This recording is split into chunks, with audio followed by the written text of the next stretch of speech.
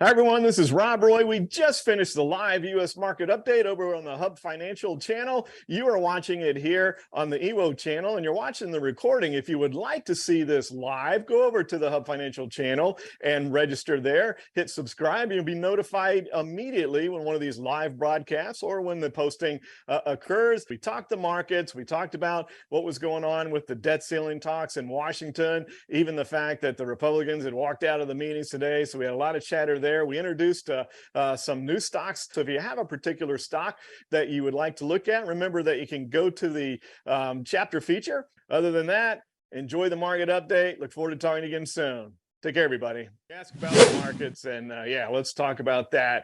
You can see the market went nowhere for 2 months. In fact, on Tuesday night, we were talking in TradeFinder, and we do TradeFinder live every Tuesday night, 9 p.m. Eastern time. It's a great time. It's free. Invite you to sign up. Hopefully you're seeing, you see the link on the screen there, or you can go to ewotrader.com and sign up there as well. We talk the markets, we look for trade ideas, and we have a Q&A at the end. It's a great community, a lot of great questions that come up, a lot of stock symbols that people like to look at. So Tuesday night, we're talking about how the market seemed to be on pause, waiting on some news from Washington on the debt ceiling. And I was like, do we really think they're not going to eventually raise the debt ceiling? We know they're going to. They all take their 5 minutes of fame, and they'll wait till the 11th hour, as always. And then just like right on cue, late Tuesday night, early Wednesday morning, then we get the news from both President Biden and House Majority Leader McCarthy. I actually think we have a headline of that that said that, hey, we are not going to let the U.S. Default on their debt. And so with that, the market rallies. So we get this big rally, and then after the big rally comes today.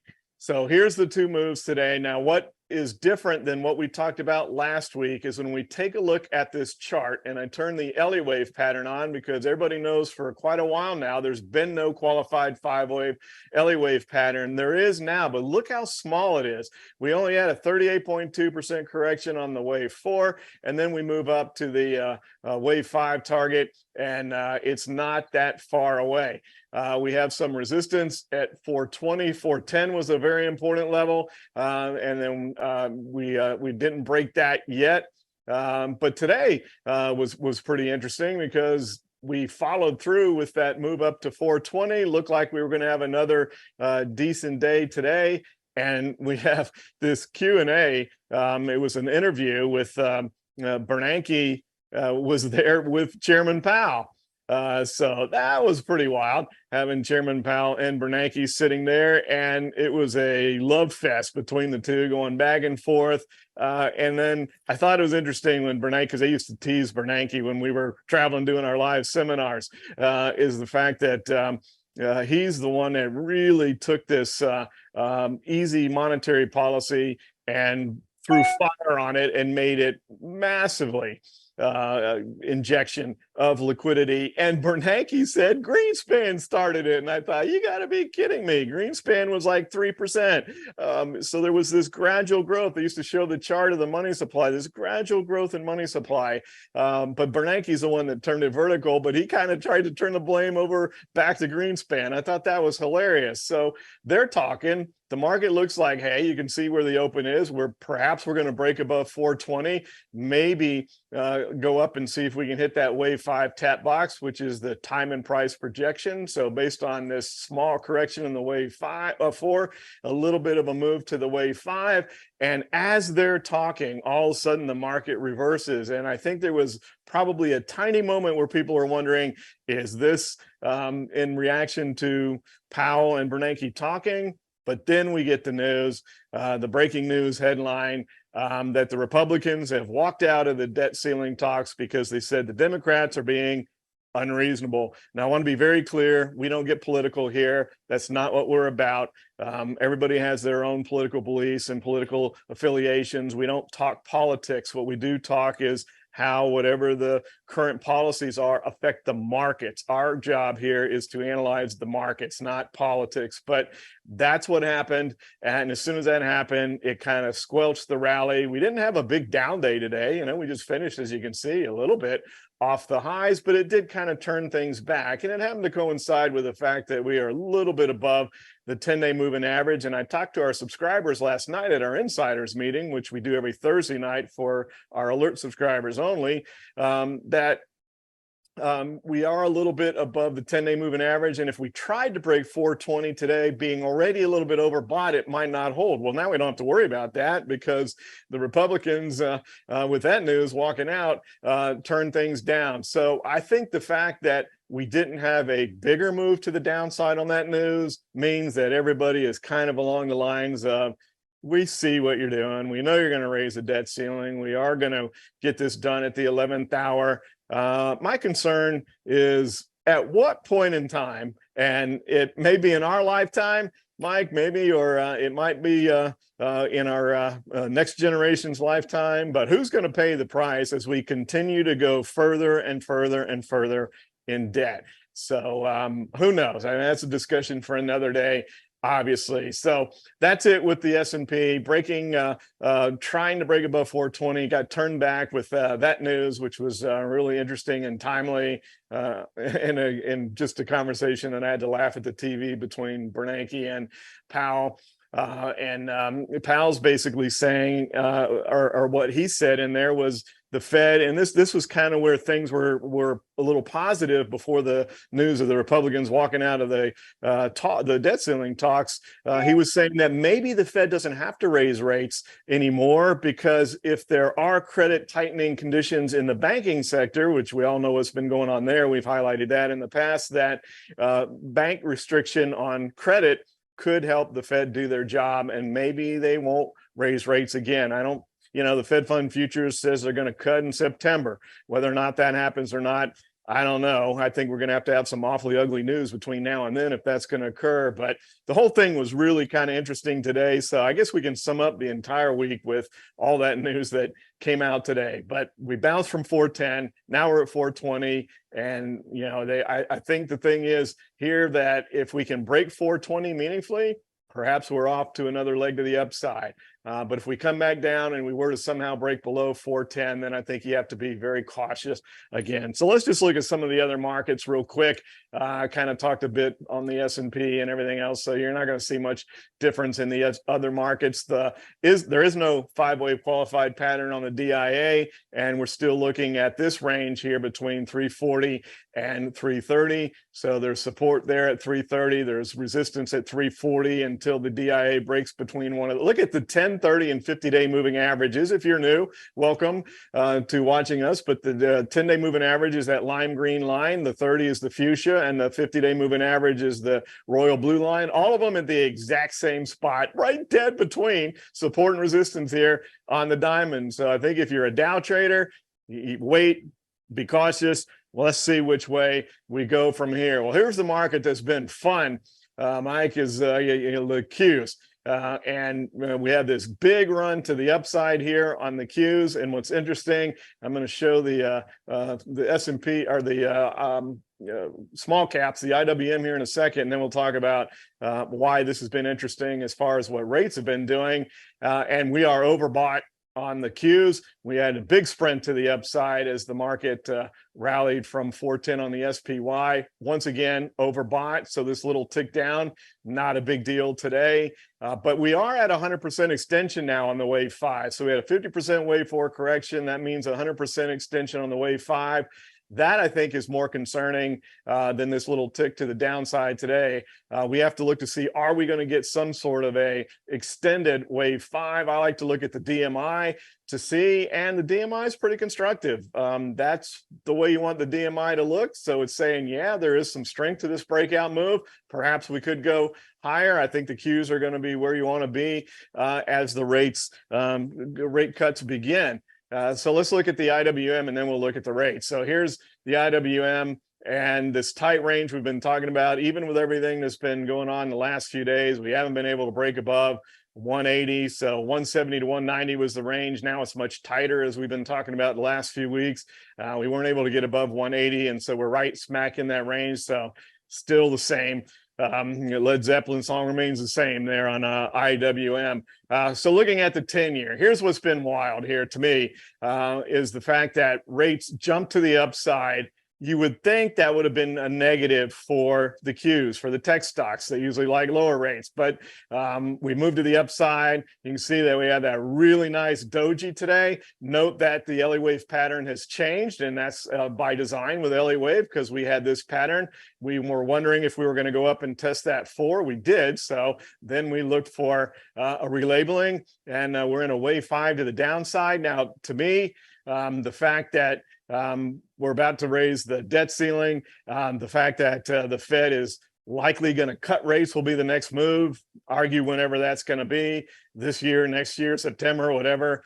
Why are rates going to the upside? To me, that means money's coming out of the bond market and has been moving into the equities market because you would suspect that rates would be creeping down, not to the upside. So I think that's what's going on there. This doji is super interesting to me. So we'll see what happens with rates next week. Does money come into the bond market now because rates ticked up a little bit? You know, a lot of money moved into money market accounts as rates were higher because they were getting more money than they were in the banks, which we know added to all the stuff with the regional banks, et cetera. And then the dollar is the one that's really has me flabbergasted, is this move to the upside here. We talked last week about, or 2 weeks ago, about how Jeffrey Gundlach had said he thought the dollar's going lower. He saw no way the dollar was going to the upside, but he's a bond guy, not a currency guy.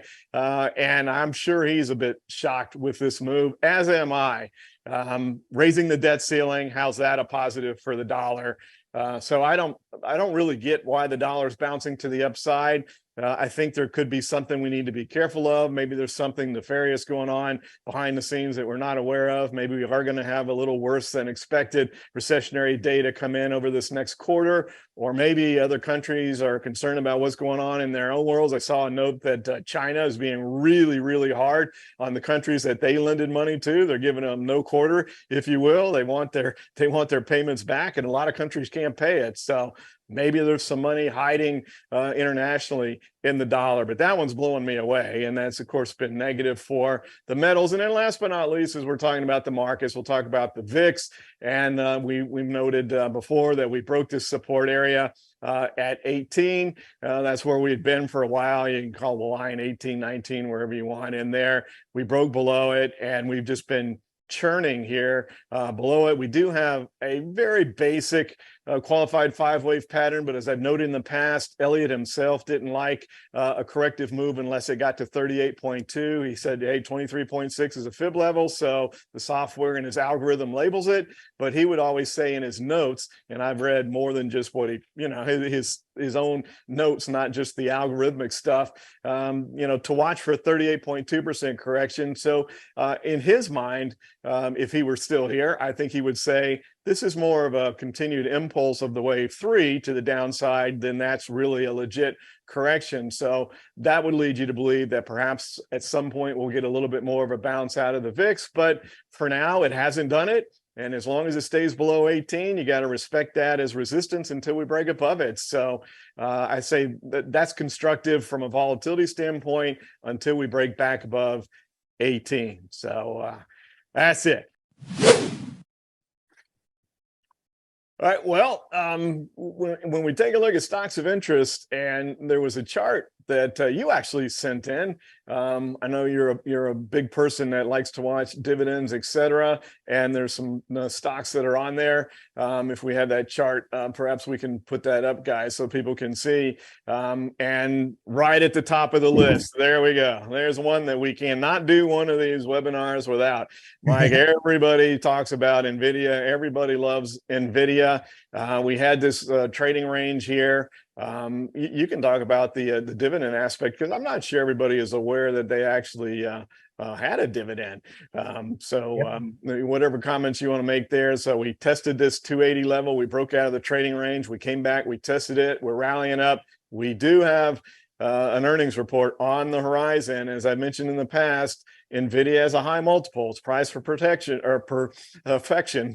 That's a bit of a Freudian slip there, right? Price for protection. I think you ought to be protecting yourself if you've been long here with this vertical move, but it's price for perfection on the earnings report, and that's going to be really interesting on a stock like Lilly. And yeah, we talk about the Nvidias, the Microsofts, and those tech stocks all the time, but this is Eli Lilly. Look at that move. And if you haven't been participating in that, you've missed out. I'm one of those that has missed out of that. So that was really impressive for me to see that. It's in a, just look at this wave 3, Mike. There's been really no correction in that move. Really impressive looking chart. So I think the message here is for, you know, even the media is guilty of saying the whole market's been moving on 5 stocks. It's not, that's not exactly true. You know, everybody wants to talk about those 5 stocks, but I think that's a pretty darn good chart too. So there's other places to find movements to the upside other than the big 5 tech stocks. I'm sure you remember how much I like triangle breakouts. And so here's that nice little ascending triangle, and that's what you expect to see happen out of a triangle. We actually have one of our portfolios at ewotrader.com is based purely on triangle pattern breakouts, and that's a great one. So LAM Research is one I hadn't looked at in a while, and then that chart you showed there, I thought that was really impressive as well. So something a little bit different for people to consider, that you don't have to just get focused on a few stocks. It's a big market out there. You know, we had this big move to the upside. I've talked about this a lot, so I'll go through it real briefly here. The key here that we've been talking about for the last 2 weeks, going all the way back here, basically to the middle of April, so a month, is how important 27,000 is. It needs to hold that. I don't like vertical moves. When things go vertically to the upside, oftentimes they come vertically back down. I was going to reference this chart on LAM Research. You know, it's a little bit overbought right here, but that's a clean breakout. Perhaps it comes back down to test that 10-day moving average. But when you see something like that, it's going to go higher. It's just whether or not it goes sideways for a bit or backs off a little bit. But Bitcoin's a different story here, because we have not retraced any of this vertical move that occurred from 27 up to 20, from 20,000 up to 27,000. We had this little triangle breakout here that broke out vertically, and what happened? It turned around and came right back down. So we're hanging on, look, barely, and I use the analogy fingernails hanging on a cliff, because if we can't hold 27,000 on Bitcoin, I think we're going to give back some of this vertical move that occurred from 20 to 27. So I know a lot of people are long Bitcoin, and I just think caution is the key here. Keep an eye on the 27,000 level. I would have a hard time adding to Bitcoin until we saw some sort of a significant bounce back above that level with some follow through. For now, I think there should be some nervousness of maybe a little bit of a give back here if we can't hold that 27,000. We hold it and bounce up, and whole different story. Hey, Rob, I got a question on this chart. Sure. And correct me if I'm wrong, but do I see a head and shoulders pattern there? You know, you look at this, and you know, left shoulder, it's not a bad one, is it? And Yeah. so there would be the head. And you know, people aren't going to want to hear this because we know what happens in a head and shoulders pattern. So you see that there, and here's the neckline clearly at 27,000. And for those that may not be familiar with it, what you do is you measure from the neckline to the top of the head. If that neckline gets broken, and it still has to get broken, again, nothing's 100%, but head and shoulders patterns work a lot. If that were to get broken, then the movement to the downside normally coincides with the distance from the neckline to the top of the head. So if we do break 27,000, that would at least give you a rough idea of where we're going. And I think somewhere in this consolidation area kind of works from that metric as well. So we had this gap. I talked about before, so Elliott Wave has been so spot on Tesla for a while that anyone that likes Tesla, which everybody loves this stock, if you haven't been applying Elliott Wave, you've been really missing out, because it's just nailed. It's nailed Bitcoin too. So these last two, interestingly, have been Elliott Wave been just spot on. Even though we talk about nothing's 100%, it's been really good on these two. So we said that if it doesn't hold 180, we're probably coming to 160, and that's exactly where we went. You can go back and look at past recordings and see where we've talked about that. So we bounced back up and we filled this gap. So now is where the rubber meets the road. There's a couple of things here that are going against Tesla, and I know that's going to upset some people too. So I guess both of us are going to upset the mainstream here that loves Bitcoin and Tesla. But that gap has been filled now, and it isn't a qualified 5-wave to the downside pattern with a perfect 50% correction. So we just filled the gap, and we corrected in this wave for exactly 50%. My point is, Tesla's going to have a tough go here. It's bumping its head against a pretty strong ceiling there at 180. Can it get back above it? You know, I actually watched an interview with Elon because he had lowered prices because Ford and GM had lowered prices on their EV vehicles. And then he turned around and raised them right back up. And that's what gave this last little spurt here to the upside. But if we can get above 180 here on Tesla, then perhaps we can disqualify this pattern and Tesla makes a nice run. But I think you got to be really cautious right here at 180 on Tesla. You know, there's a range here that we know between 180 and 160 now. So I think you kind of sit on your hands a little bit here. You can see we bounced between these levels back there. We did here, but a break above 180 with follow through, Tesla could be off and running, a break below 160, and we're likely looking at this wave 5 target down here in the 130 area, which again, I know the Tesla lovers don't want to hear, but that's a clean looking chart, filling the gap, hitting resistance, 50% wave 4. I would pay very close attention to what Elliott Wave is showing you on this chart and be really careful here. People used to make fun of me for saying that expression too. Yeah, taking behind the woodshed. What does that mean? Well, if you're an old country person that's ever had a parent take you back there and give you a whooping, you know exactly what that means. And that's what happened to Foot Locker today. They missed earnings badly. They had negative guidance. Big move to the downside here. Happened to catch itself right around here. We do have an AI-based strategy at ewotrader.com that looks for this exact pattern, and then the AI takes over 300 data points and gives us a score on the likelihood of it staying in a range. And usually when you get one of these big drops, you kind of get a little bit of a sideways move. I would be shocked if this doesn't show up on our AI search on Monday. So watch TradeFinder on Tuesday night and see, because I'll update this. I think there's a high likelihood that shows up.